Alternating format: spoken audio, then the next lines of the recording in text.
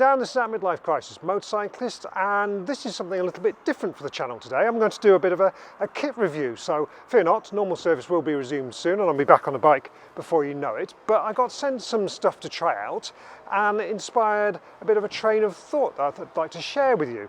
The question being, would you trust your safety to a $150 jacket from a Chinese brand you'd never heard of before?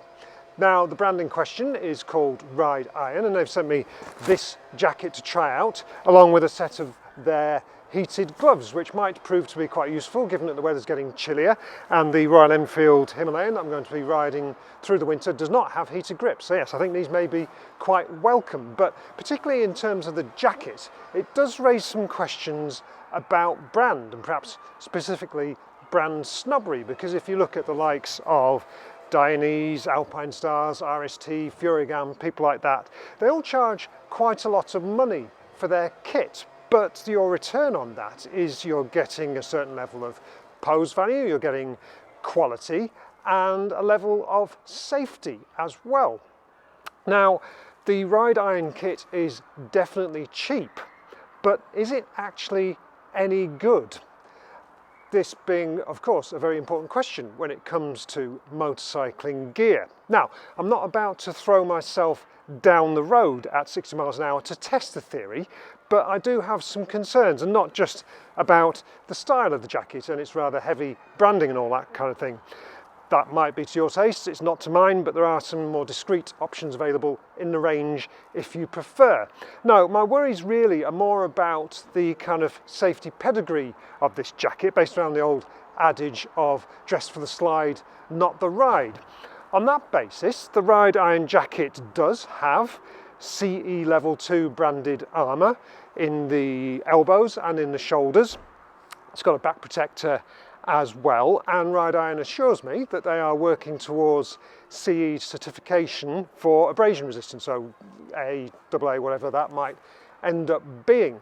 I have to say though, just from the construction of the jacket, it feels more fashion than function. The shell is just your standard nylon, the removable liner is polyester and all that kind of thing. It doesn't feel particularly sturdy, and I do have some concerns about the fit. This one is a size large, I'm not particularly big, but it's a little bit loose fitting, and particularly around the waistband it's very loose, and dread to think what would happen if I did end up sliding down the road on that and it ends up riding up my body. So yes, don't really want to think about that. Also, the back protector, it looks somewhat flimsy as well, so I think overall, in terms of what this jacket is made for, I wouldn't be wearing it on a sports bike or something like that. I think perhaps if you were to just use it around town for riding a scooter, then perhaps that level of protection would be adequate, but I don't think it's going to be giving Dainese, Alpine Stars and all that lot any sleepless nights.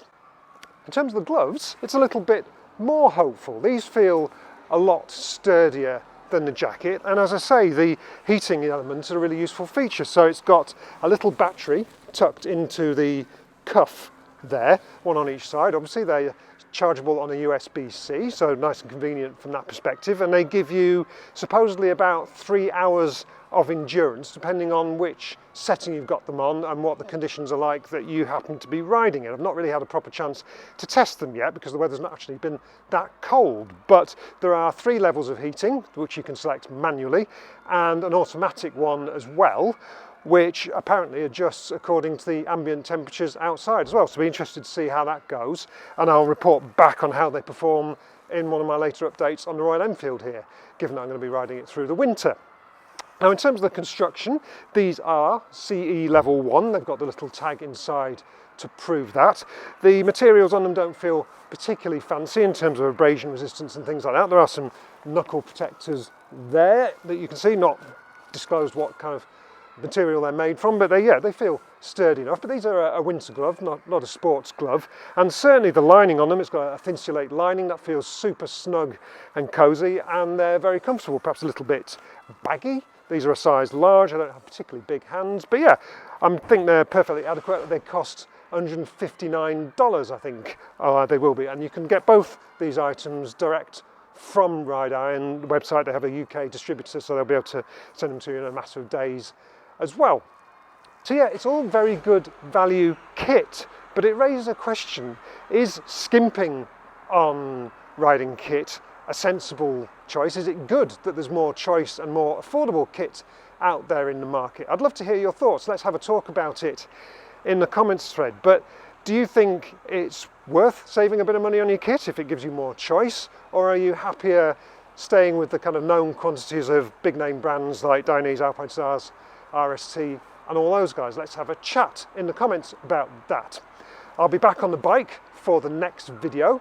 Hopefully you enjoyed this one. If you did, please hit like, subscribe to the channel if you haven't already. And for now, I'll say goodbye, thanks for watching, and ride safe, however much you've spent on your kit.